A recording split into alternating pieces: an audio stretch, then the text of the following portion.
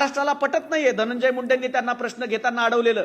त्याचबरोबर महाराष्ट्राला पटत नाहीये की पटेलांनी त्यांना सांगावं थांबावं किंवा हाताला धरून बाजूला करावं किंवा तटकरेंनी त्यांना डॉमिनेट करावं, हे महाराष्ट्राला पटत नाहीये.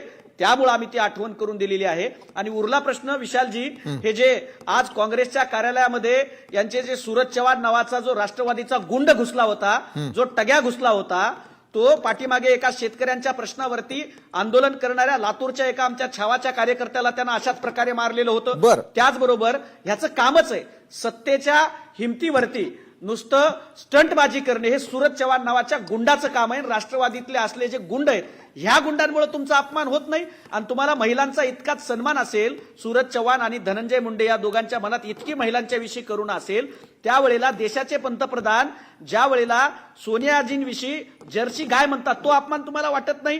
त्यांच्याविषयी 50 करोड की गर्लफ्रेंड अशा प्रकारचं बोलतात, तो तुम्हाला अपमान वाटत नाही. किंवा जंतर मंतरवरती 15 वर्षाच्या पोरीला तिच्यावरती FIR दाखल केला जातो, भाजपचे गुंड घरी जातात, पोलीसवाले घरी जातात आणि तिला हात जोडून माफी मागायला मजबूर करतात धमकावून. त्यावेळेला यांच्या मनातली महिलांची करुणा कुठे मेलेली होती? बरं, बालाजी गाडे पाटील, काँग्रेसला काय वाटतं ते तुम्ही सांगितलं, राष्ट्रवादीवरती आरोप केला, भाजपवरती आरोप केला. थेट वैशालीजी, सुनेत्रा पवार